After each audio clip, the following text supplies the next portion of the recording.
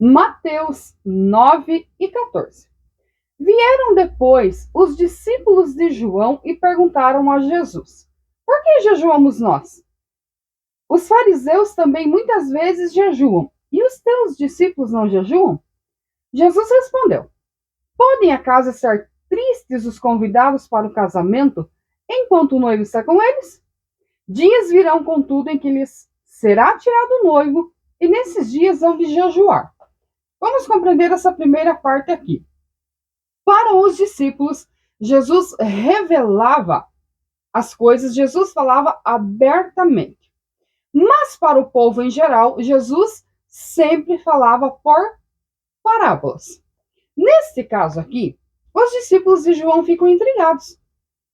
Sendo o jejum uma prática da maioria das religiões, inclusive nos nossos dias, nesse tempo eles também jejuavam. O que é jejum? Ficar em um tempo sem bebida ou sem comida, ou, em alguns casos, o jejum é apenas a abstinência de alimentos, segundo a pessoa propôs no seu coração, com o objetivo de buscar a presença de Deus. Nesse caso, eles perceberam que os discípulos de Jesus não jejuavam. E então eles vão questionar, vão perguntar o porquê. A resposta de Jesus é interessante porque ela diz assim: Podem por acaso estar tristes os convidados para o casamento enquanto o noivo está com eles? Noivo, casamento, lembra? Festa, alegria, comemoração. As pessoas que estão em um casamento, estão com um noivo, elas estão participando do alimento que é oferecido, das bebidas, da música, da alegria. Elas estão em um momento solene de comemoração. Aí Jesus vai trazer, então, uma parábola na qual ele diz o seguinte: ninguém coloca remendo de pano novo em veste velha, porque o remendo tira parte da veste e fica maior a rotura. Nós sabemos que um tecido, quando está velho, desgastado, suas fibras já não têm mais força, automaticamente ele vai se rasgando. Qual é a utilidade de colocar um remendo de um tecido forte, bom, em um pano que não suportará aquele trabalho, aquele remendo? Jesus continua: não se coloca vinho novo em odres velhos. Do contrário, rompem-se os odres, derrama-se o vinho e os odres se perdem. Mas se coloca vinho novo em odres ou odres novos, e ambos se conservam. O que é o odre? É o recipiente de líquido dos tempos bíblicos. Lembre-se, não estamos falando do século XXI, onde temos garrafas de vidro, de plástico e tantos recipientes no formato em que a gente quiser para guardar os líquidos. Então, era usado o couro de um animal. Evitava-se cortar a barriga, cortava-se os 4 pés e o pescoço, era retirado toda a carne, tudo de dentro. Após o processo de limpeza, após o processo necessário para conservar-se o líquido, então era usado para estes armazenamentos. Fosse de água, de leite, de vinho ou até das bebidas em que eles usavam. Neste caso, Jesus está falando do vinho. O odre velho, ele já estava ressequido por causa do tempo. Ele já não tinha mais a resistência de um odre novo. Quando se colocava o suco para a fermentação, é natural que se formem gases. Esses gases, eles irão pressionar o odre. Por isso que Jesus diz que não se coloca vinho novo em odre velho. Ele está dizendo o seguinte: não vai resistir, vai estourar. Se coloca vinho novo em odre novo. Porque o couro do animal ainda tem elasticidade e ele irá suportar a pressão. Bem, vamos compreender agora o porquê que Jesus usou estas comparações. Jesus é um Messias. Ele é o vinho novo. Porém, a antiga religião judaica não estava preparada para recebê-lo.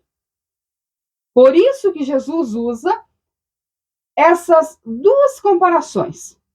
Remendo novo em roupa velha não irá suportar vinho novo em odre velho. Jesus é o representante da nova aliança.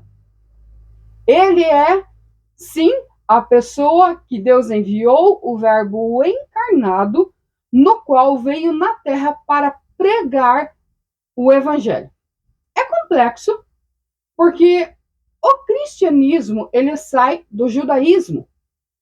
Em importância, são iguais, mas em duas eras diferentes. Porém, o povo da época de Jesus não conseguiu compreender. Até porque João representa a lei, enquanto Jesus representa a graça. Perceba que João, ele é o precursor da graça. Ele batiza, ele chama as pessoas ao arrependimento, sim, mas ele anuncia aquele que virá após ele, o qual ele diz: eu não sou digno de amarrar a sandália dos seus pés. Então perceba que ele está anunciando o Filho de Deus que virá e, através dele, então, surgirá a nova aliança. Na antiga aliança, a pessoa precisava do sacerdote para se comunicar com Deus. Na nova aliança, a pessoa precisa da sua consciência e arrependimento para se comunicar com Deus. Na antiga aliança, o culto era diferente, era cheio de rituais, matança de animais, oferecimento de manjares, de líquidos, de libações, de animais, de carne, todo um aparato. O templo era diferente. No templo tinha o pátio dos gentios, das mulheres, dos sacerdotes, ou seja, tudo era delimitado, até onde uma mulher poderia ir, até onde um gentio, um não-judeu poderia ir, até onde um homem judeu poderia ir, até onde os sacerdotes iriam, e então o Santo dos Santos, onde somente o sumo sacerdote poderia adentrar. A nossa adoração é totalmente diferente, porque nós recebemos o vinho novo, nós recebemos Jesus Cristo. E a nossa adoração, sim, ela é viva, ela é eficaz, mas ela é através da nossa consciência, do nosso coração. E sim, temos os templos, temos os líderes, mas Paulo fala muito sobre isso, sobre a adoração do coração. O que antes precisava consumar para ser pecado, hoje basta pensar. É diferente. Perceba que a consciência está muito mais ativa. E foi através de Jesus Cristo, quando ele veio, morreu, pregou para as pessoas da sua época, morreu na cruz, cumpriu o sacrifício, voltou ao céu e aqui estamos nós, pregando a sua palavra. Então Jesus quis ensinar que a antiga religião, ela não estava pronta para recebê-lo como Messias. Mas nós, que não temos linhagem, que não temos sangue, nós recebemos esta nova aliança, recebemos Jesus pela fé. Portanto, nós desfrutamos desta alegria e desta comunhão nos nossos dias. Que Deus te abençoe em nome de Jesus.